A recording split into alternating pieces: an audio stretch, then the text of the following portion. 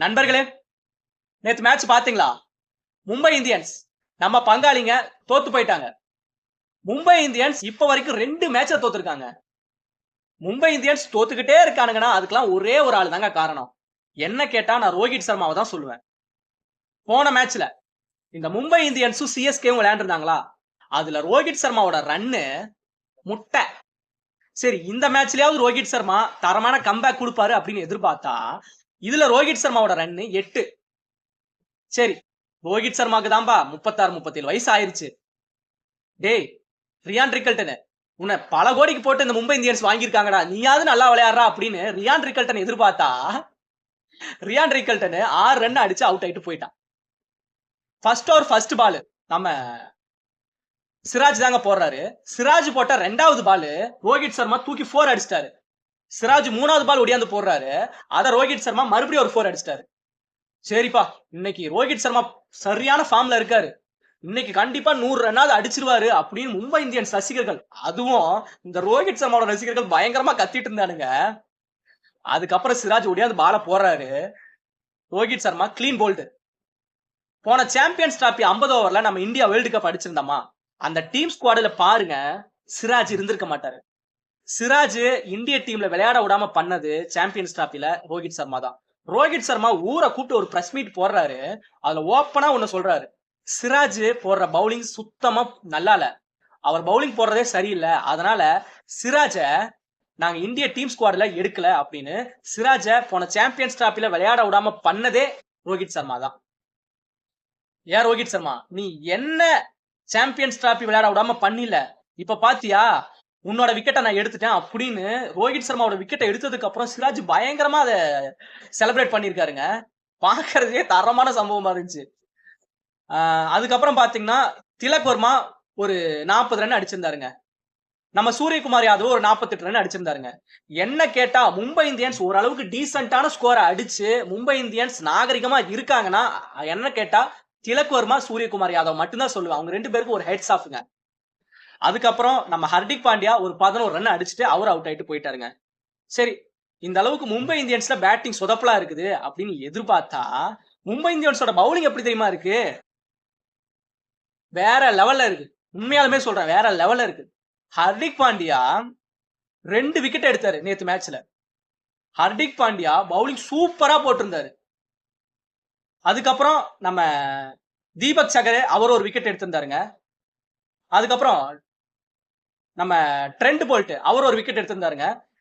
இந்த சாண்ட்னரை எதுக்கு மும்பை இந்தியன்ஸ் ஏலத்துல எடுத்தாங்கன்னே தெரியல. சிஎஸ்கேல சாண்ட்னர் நல்லா விளையாடல அப்படின்ட்டு தான் சிஎஸ்கே ஏலத்திலே எடுக்கல. ஆனா மும்பை இந்தியன்ஸ் ஏன் ஏலத்துல எடுத்தாங்கன்னு தெரியலீங்க. சாண்ட்னர் ஒரு விக்கெட் கூட எடுக்கலீங்க. சரி, மும்பை இந்தியன்ஸ்ல பவுலிங் சத்தியமா சொல்றேன் சூப்பரா இருந்துச்சு. சரி, மும்பை இந்தியன்ஸ்ல ஃபீல்டிங் எப்படிப்பா இருந்துச்சு அப்படின்னா, மும்பை இந்தியன்ஸ்ல ஃபீல்டிங் ரொம்ப ஒஸ்ட்டுங்க.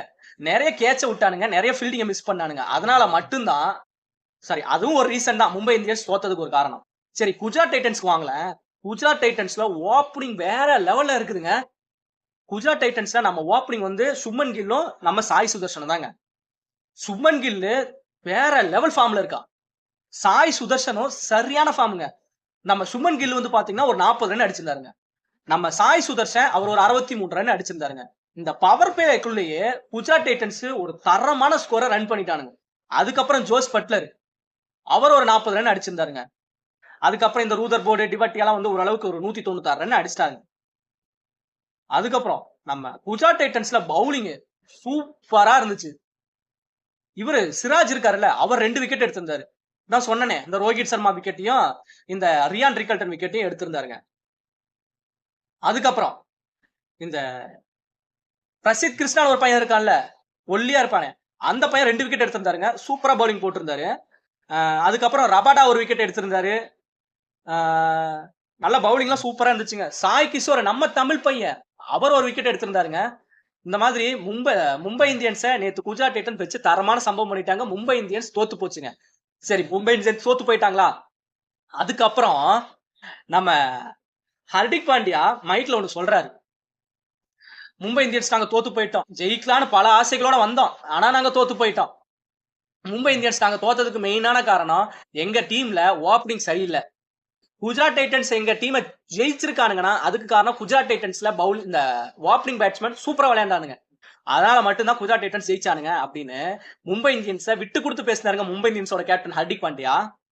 அந்த பக்கம் இருந்து நம்ம ரோஹித் சர்மா ஹர்திக் பாண்டியாவே பாக்குறாரு. ஏன்டா என்ன பத்தி தான் நீ பேசுறியா, இன்டைரக்டா குத்தி காட்டுறியா அப்படின்ட்டு ரோஹித் சர்மா ஹர்திக் பாண்டியாவே பார்த்துட்டு இருந்தாருங்க. நேற்று எப்படியா மும்பை இந்தியன்ஸை வச்சு தரமான சம்பவம் பண்ணிட்டானுங்க. நான் போன வீடியோவோட நான் பேசியிருப்பேன் கண்டிப்பா இந்த டைம் குஜராத் டைட்டன்ஸ் தான் ஜெயிப்பாங்க அப்படின்ட்டு.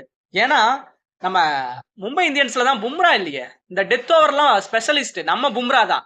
பும்ராவே இல்ல, நீங்க எப்படிப்பா மும்பை இந்தியன்ஸ் இந்த குஜராத் டைட்டன்ஸை ஜெயிப்பீங்க அப்படிங்கிற கொஸ்டின் நேத்தே நான் சொல்லியிருந்து. நேற்று மேட்ச்ல கண்டிப்பா குஜராத் டைட்டன்ஸ் தான் ஜெயிப்பாங்க அப்படின்னு நான் சொல்லியிருந்தேன். அதே மாதிரிதான் ஆயிடுச்சு. பரவாயில்லைங்க, தீபக் சகர், இந்த ஹர்திக் பாண்டியா, ட்ரெண்ட் போல்ட் இவங்கெல்லாம் பவுலிங் சூப்பரா போட்டு ஒரு தரமான கம்பேக் கொடுத்திருந்தாங்க. ஆனா இருந்தாலும் மும்பை இந்தியன்ஸ் தோத்து போயிட்டாங்க. மும்பை இந்தியன்ஸ் எப்படி தெரியுமா போயிட்டு இருக்காங்க, நம்ம சிஎஸ்கே போயிட்டு இருக்கல அதே ட்ராக் தான்.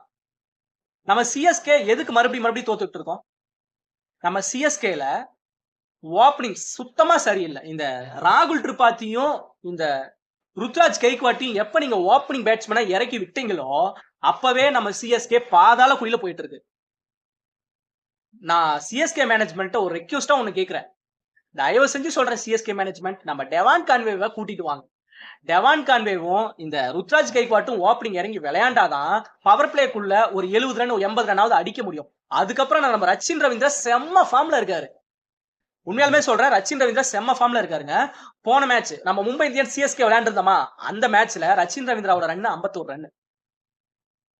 போன டைம் நம்ம ஆர்சிபியும் சிஎஸ்கே விளையாண்டாங்க, அதுல ரச்சின் ரவீந்திராவோட ரன் 40க்கு மேல.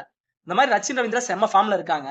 இதனால நான் சொல்றேன், நம்ம சிஎஸ்கேல இந்த பிளேயிங் 11 மாத்தி ஆகணும். ஓப்பனிங் வந்து நம்ம ருத்ராஜ் கெய்க்வாட், டெவான் கான்வே இறக்கி விடணும். அதுக்கப்புறம் நம்ம ரச்சின் ரவீந்திராவை இறக்கி விடணும். ஆனா ஒண்ணுதான் எனக்கு சத்தியமா புரியவே இல்லைங்க, இந்த தீபக் ஹூடாவெல்லாம் எதுக்கு 1.25 கோடியில எடுத்தாங்கன்னு தெரியல. தீபக் ஹூடா ஃபார்ம்லயே இல்ல, இன்னொரு பக்கம் ராகுல் திரிபாத்தியும் ஃபார்ம்ல இல்ல. இவங்க 2 பேர்த்தையும் எதுக்கு சிஎஸ்கே ஏலத்துல எடுத்தாங்கன்னு சுத்தமா புரியல. அது மட்டும் இல்லைங்க, இந்த தீபக் ஹூடாவும் ராகுல் திரிபாத்தியும் பேட்டிங் தான் சரியில்லை அப்படின்னா நிறைய கேட்ச விட்டுருக்கானுங்க. போன ஆர்சிபிக்கு மேட்சுக்கு ஆப்போசிட்ல கேட்ச விடுறானுங்க. அந்த அளவுக்கு ஃபீல்டிங்கும் ரொம்ப மோசமா இருக்கு, பேட்டிங்கும் சுத்தமா மோசமா இருக்கு இந்த தீபக் ஹூடாவும் ராகுல் திரிபாத்திக்கும்.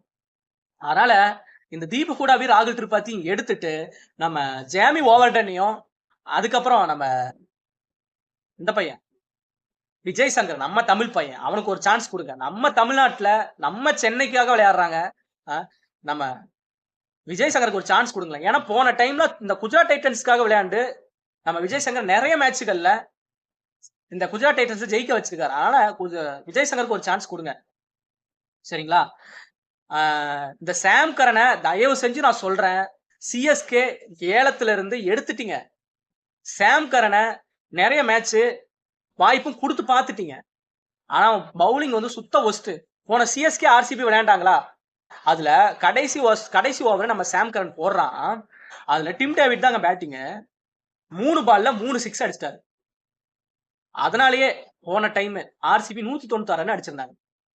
அதனால மட்டும்தான் கடைசி ஓவர்ல 3 பால்ல 18 ரன் கொடுத்ததுனாலதான் போன டைம் சிஎஸ்கே தோத்து போச்சுங்க. நான் சொல்றேன், அதனாலதான் தோத்து போச்சு. 196 ரன் அடிக்க விட்டது ரொம்ப தப்புங்க. சிஎஸ்கே ஆர்சிபி அடிக்க விட்டது தப்புங்க.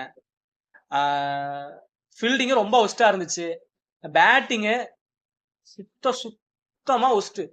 ஏன் சொல்றேன்னா, சிஎஸ்கேல ஓப்பனிங் நம்ம ராகுல் திரிபாதிக்கு சான்ஸ் கொடுத்தது தப்புங்க.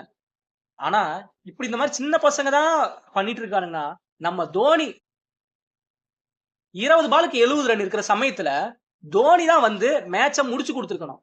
ஆனா தோனி அஸ்வினை இறக்கி விடுறாரு. அஸ்வின் வந்தாரு, ஒரு 9 பாலுக்கு 11 ரன் அடிச்சாரு. ஒரு டெஸ்ட் மேட்ச் மாதிரி அஸ்வின் விளையாண்டு போயிட்டாரு. அதுக்கப்புறம் நம்ம தோனி வராரு, ஒரு 20 பாலுக்கு 70 ரன் இருக்கிற சமயத்துல தோனி என்ன பண்ணிருக்கணும், 6-4 அடிச்சு நம்ம சிஎஸ்கே ஜெயிக்க வச்சிருந்திருக்கணும். ஏங்க நாமளா பார்த்தது இல்லையா, எத்தனை இன்டர்நேஷனல் மேட்ச்ல தோனி 6 அடிச்சு மேட்ச் பினிஷ் பண்ணி நம்ம இந்தியாவுக்கு கப் வாங்கி கொடுத்திருக்காரு, வேர்ல்டு கப்ல வாங்கி கொடுத்திருக்காரு இந்த இந்தியா வர்சஸ் இலங்கை அதுல. ஆனா போன மேட்ச்ல தோனி ஃபர்ஸ்ட் பால் டொக்கு வைக்கிறாரு, ஒரு 6-4 அடிக்கிறதுக்கு தோனி பயப்படுறாருங்க. சரி, மேட்ச் எல்லாம் கைவிட்டு போனதுக்கு அப்புறம் தோனி 6 அடிக்கிறாரு. இதெல்லாம் சிஎஸ்கே என்ன சொல்றதுன்னு தெரியல, சிஎஸ்கே மேனேஜ்மெண்ட்ட. இருந்தாலும் நம்ம தோனிய இந்த அளவுக்கு நம்ம கெடுத்து வச்சிருக்கோம்னா அதுக்கெல்லாம் காரணம் நீங்க நானு நம்ம எல்லாருமே தாங்க. ஏன் சொல்றேன்னா நம்ம ரச்சின் ரவீந்திரா சூப்பரா விளையாண்டுட்டு இருப்பாரு. ரச்சின் ரவீந்திரா அவுட் ஆயிட்டு போயிருவாரு. நம்ம தோனி உள்ள இறங்குவாரு. ரச்சின் ரவீந்திரா அவுட் ஆனத பத்தி நம்ம ஃபீல் பண்ணிருக்கவே மாட்டோம். ஆனா தோனி இறங்குனத பத்தி நம்ம அப்படியே சத்தம் போட்டு ஆரவாரம் பண்ணிருப்போம். தோனி இறங்கிட்டாருடா, இன்னைக்கு 3 சிக்ஸ் அடிக்க போறாருடா, மேட்ச் ஜெயிக்கலனாலும் பரவாயில்லடா, தோனி எவ்வளவு போரா விளையாண்டாலும் பரவாயில்லடா, ஆனா இன்னைக்கு மேட்ச்ல தோனி ஒரு 3 பாலுக்கு 3 சிக்ஸ் அடிச்சிருவாரா அப்படின்னு நம்ம பேசிட்டு இருப்போங்க. நிறைய பேட்டிகளோட இந்த சிஎஸ்கே பிளேயர் சொல்லியிருந்தானுங்க. அது என்னன்னா தோனி வந்து மேட்ச முடிக்கலினாலும் பரவாயில்ல, மேட்ச ஜெயிச்சு கொடுக்கலினாலும் பரவாயில்ல, சிஎஸ்கே ஜெயிக்கலினாலும் பரவாயில்ல, தோனி வந்து 3 சிக்ஸ் அடிச்சாரு, 3 பாலுக்கு 3 சிக்ஸ் அடிச்சாரு, சூப்பரா அடிச்சிருந்தாரு. அதுவே எங்களுக்கு போதும், அதுவே எங்களுக்கு கண் விருந்து, அதுவே தல தரிசனத்தை பார்த்துட்டோம், இன்னைக்கு நாங்க போய் நல்லா தூங்குவோம் அப்படின்னு இந்த சிஎஸ்கே பிளேயர்ஸ் எல்லாம் சொல்றது ரொம்ப ரொம்ப ஒஸ்டான முடிவுங்க. ரொம்ப ரொம்ப ஒஸ்டான தப்பு. இப்பதான் நான் அதெல்லாம் பார்த்தேன். சரிங்களா? இன்னைக்கு மேட்ச்ல நம்ம ஆர்ஆரும் சிஎஸ்கேவும் விளையாட போறாங்க. தயவு செஞ்சு சொல்றேன், ஓப்பனிங்க கொஞ்சம் மாத்தி விடுங்க. நம்ம டெவான் கன்வேவை இன்ஜுரியில இருந்து கூட்டிட்டு வரலனாலும் பரவாயில்ல, நம்ம டெவான் கன்வேவை விட்டுருங்க. ருத்ராஜ் கைக்வாட்டியும் ரச்சின் ரவீந்திராவையும் ஓப்பனிங் இறக்கி விடுங்க. அதுக்கப்புறம் கூட இந்த ராகுல் திரிபாத்தியும் ஒன் டவுன் இறக்கி விடுங்க. இந்த ஜேமி ஓவர்டனை நம்ம சிஎஸ்கேக்குள்ள கூட்டிட்டு வாங்க. 10 பால்ல மேட்சை முடிச்சிருக்காரு. போன பிபிஎல் மேட்சுகள் எல்லாம் எடுத்து பாத்தீங்கன்னா வேற லெவல்ல தரமான சம்பவம் பண்ணிட்டு இருக்காரு இந்த ஜேமி ஓவர்டன். அதனால நான் சொல்றேன், சிஎஸ்கே மேனேஜ்மெண்ட் கொஞ்சம் பிளேயிங் லெவனை மாத்துங்க. நம்ம சிஎஸ்கேவுக்கு நியூ பிளேயர்ஸை கொண்டு வாங்க. நம்ம தோனி 9வது பிளேயர் பேட்ஸ்மேன்லாம் இறங்குறது ரொம்ப ரொம்ப தப்பு. மிஞ்சி போனா ஒரு 6வது பேட்ஸ்மேனாவது உள்ள வாங்க. நம்ம சிஎஸ்கே பினிஷரா ஒரு நல்ல ஒரு ஸ்கோரை அடிச்சு கொடுங்க. நம்ம சிஎஸ்கே இந்த டைம் கப்பை ஜெயிக்கணுங்க ப்ளீஸ். சரிங்க, இந்த வீடியோ நான் முடிச்சுக்கிறேன். இந்த வீடியோ உங்களுக்கு பிடிச்சிருந்தா மறக்காம லைக் பண்ணுங்க, கமெண்ட் பண்ணுங்க, சப்ஸ்கிரைப் பண்ணிக்கோங்க, ஷேர் பண்ணிக்கோங்க. நிறைய நெகட்டிவ் கமெண்ட்ஸ் வருது. எதனால நான் நெகட்டிவ் கமெண்ட்ஸ் வருதுன்னு எனக்கு தெரியல.